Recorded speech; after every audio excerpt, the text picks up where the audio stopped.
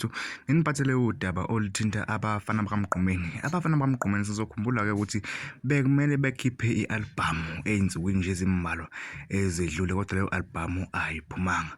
Kanti-ke namuhla sebevele lapha ku-Facebook baphosta ifoni ewuhlobo lwe-iPhone bathi bayayidayisa. Lokho-ke kususe omkhulu umsindo kubalandeli njengoba bavele nje bashiya enkulu inhlamba bebahlambalaza besho nokusho ukuthi yini bedayise amafoni manje.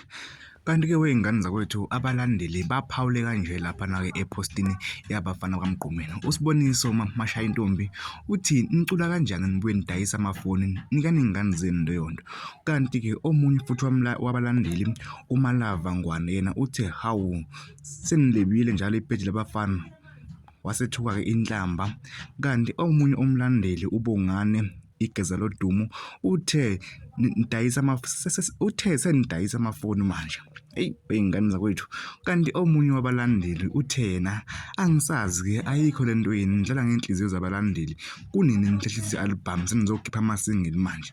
Kanti-ke omunye umlandeli uNontobeko Sibeko uthe yena kuthiwa nenzeni kwiSolezwe. Kanti nje wey'ngane zakwethu ube mkhulu kakhulu umsindo laphana ephostini ephostwe abafana bakaMgqumeni. Kodwa-ke ngeke ngikhulume kakhulu okuningi nakho lapha uzoyibonela nawe.